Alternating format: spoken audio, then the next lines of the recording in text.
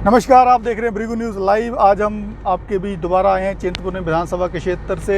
हम आपके बीच आज इस करके आए हैं कि लगातार जो है कुछ महीने बाद जो पंचायती चुनाव आने वाले हैं और जो नए पंचायत जो है उनका गठन होने वाला है। मगर मैं आपको आज ये एपिसोड इस करके बना रहा हूँ कि लगातार पंचायतों की जब बात की जाती है तो कुछ पुराना इतिहास में इसके बारे में बता देता हूँ कि पंचायत में जो बीजेपी सरकार थी उसने एक नोटिफिकेशन निकाली थी जिसमें ये बोला गया था कि जो प्रधान है, बीडीसी है या जिला परिषद है वो +2 या ग्रेजुएशन वाले होने चाहिए। मगर उसी सरकार ने उस फैसले को वापस ले लिया। उसकी एक कॉपी भी है जो मैं आपको साथ में दिखाऊंगा। आज हम इसके ऊपर चर्चा करेंगे जो चुनाव है उसके ऊपर। मगर हमारे साथ एक आज महिला हैं जो कि आने वाले समय में समाज सेवी हैं, जो हमें इनके बारे में जो जानकारी मिली है इनसे बात करेंगे क्या ये महिलाओं के बारे में सोचती हैं और आने वाले जो पंचायती चुनाव है उसके बारे में क्या रणनीति है। तो आइए फिलहाल इनसे बात करते हैं। नेहा जी, पहले तो स्वागत है आपका। नमस्कार, मेरा नाम नेहा भूपालिया है। मैं छोटे से गांव रोपो मनमनियारी की स्थायी निवासी हूं और मैं एक समाज सेविका हूं। नेहा जी, मैंने काफ़ी सर्वे किया जिसमें आपका नाम भी आया, आप एक समाज सेवी भी हैं। मेरा पहला सवाल, आप समाज सेवा कर रहे हैं। ज़्यादातर जो समाज सेवी लोग होते हैं उनका यही उद्देश्य होता है कि हमने चुनाव लड़ना, तो क्या ऐसा कुछ है बीच में? जी नहीं, ऐसा कुछ नहीं है। पर मेरी जो विचारधारा है, मेरी विचारधारा ये है कि आज के समय में हमारी सरकार के द्वारा जो भी लोगों पर अन्याय किया जा रहा है या अत्याचार किया जा रहा है, मैं उसको ख़त्म करना चाहती हूँ और एक अच्छी साफ़ सुथरी राजनीति चाहती हूँ। नेहा जी, आप क्या करती हैं? मेरा पहला सवाल। मैं एक गृहिणी हूँ और एक समाज सेविका हूँ, बस। नेहा जी, आप राजनीति में क्यों आ रही हैं? क्या इसका कारण है आने का? मेरा राजनीति में आने का सिर्फ एक ही कारण है कि आज के समय में हमारी वर्तमान सरकार ले लीजिए चाहे पूर्व सरकार ले लीजिए, उनके द्वारा जो आम जनता पर जो अत्याचार किया जाता है, जो उनके साथ न्याय होता है, जो उनके पैसों की, जो उनके टैक्स के पैसों की बर्बादी होती है, उसको रोकने के लिए और एक अच्छी साफ़ सुथरी राजनीति स्थापित करने के लिए चिंतपूर्णी विधानसभा की तरफ से इस बार मैं राजनीति में आ रही हूँ।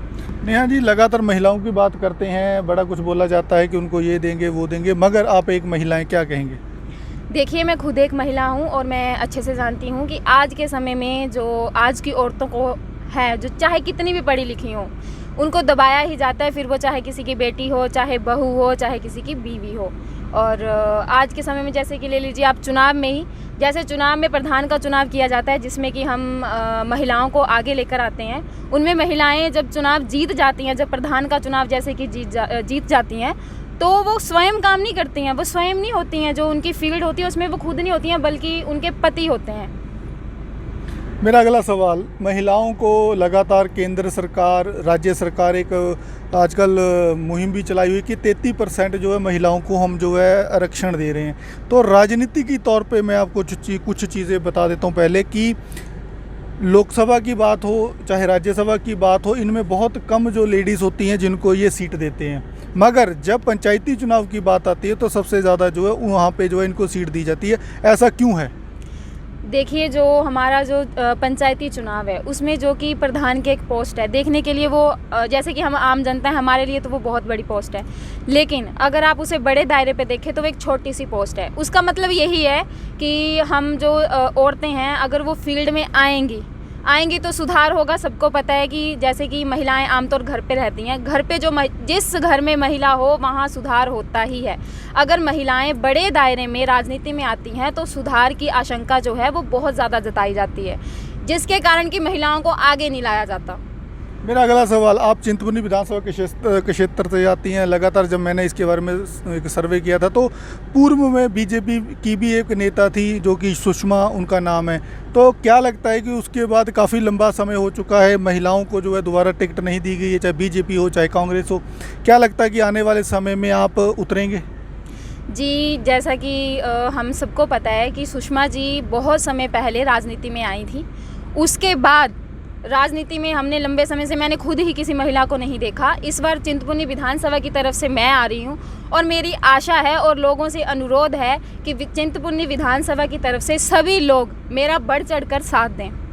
मेरा अगला सवाल, अगर आप मैदान में उतरी हैं तो समाज सेवी की बात कर लेते हैं।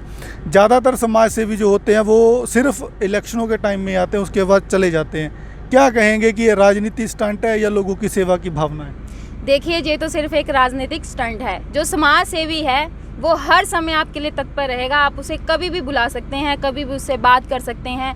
फॉर एग्ज़ाम्पल के लिए आप देख लीजिए कि जब चुनाव आते हैं तो राजनीति में सबसे बड़ी बात उठाई जाती है शिक्षा पर, लेकिन आप सबको पता है कि हिमाचल में जो स्कूल हैं वो बंद हो रहे हैं। हमारी शिक्षा का सबसे ही बुरा हाल है। जो हमारे बच्चे हैं उनको अच्छी शिक्षा नहीं मिल पा रही है। जैसे कि हमारे स्कूल के जो टीचर्स होते हैं, सरकारी टीचर्स, जिन्हें इतने सारे टेस्ट क्वालिफाई करने के बाद निकाला जाता है, उनके खुद के बच्चे प्राइवेट स्कूलों में पढ़ते हैं, ना कि सरकारी स्कूलों में। आपकी बात बड़ी अच्छी लगी मुझे कि आपने एक बड़ी अच्छी बात बोली है कि जितने भी सरकारी स्कूल हैं उनके जो टीचर हैं, उनके जो जितने भी बच्चे हैं वो सब प्राइवेट स्कूल में, मगर जब बात आती है सरकारी स्कूल की तो उसमें ज़्यादातर जो लोग हैं उनके बाहर के बच्चे ही वो पढ़ रहे हैं। मैं गवर्नमेंट का इतना जो पैसा वो बर्बाद हो रहा है। और प्राइवेट स्कूल की बात करता हूँ तो एक टीचर को 4500, 3500, 5500 से ज़्यादा तनख्वाह नहीं मिलती। वो क्या पढ़ाएंगे ये अब आप जनता खुद ही जानती है। तो मेरा अगला सवाल, पंचायती चुनाव आने वाले हैं, क्या रणनीति है आपकी? पंचायती चुनाव में हमारी रणनीति है कि हमारी जो है 60 पंचायतें हैं, उसमें हम 40 कैंडिडेट उतार रहे हैं अपने, जो सभी समाज सेवी हैं, जिनमें युवा महिलाएं आते हैं। और हमारी यही कामना है कि आप चिंतपूर्णी विधानसभा के सभी लोग उसमें बढ़ चढ़कर भाग लें। मेरा अगला सवाल, सरकार के बारे में क्या कहेंगे? लगातार बीजेपी ने भी 5 साल अपने निकाले हैं, कांग्रेस का भी कार्यकाल चला हुआ है, क्या कहेंगे कि क्या चला हुआ है? देखिए, ये सब कुछ भी नहीं है, ये सिर्फ एक भ्रष्टाचार है। सिर्फ जनता के जो टैक्स के पैसे को उसको लूटा जा रहा है। और जैसे कि हमारी बात है, हम राजनीति में इसलिए आ रहे हैं, हमारा सबसे पहला मुद्दा है कि हमारी शिक्षा में सुधार किया जाए। नेहा जी, क्या आप आने वाले समय में किसी पार्टी के साथ जुड़ेंगे?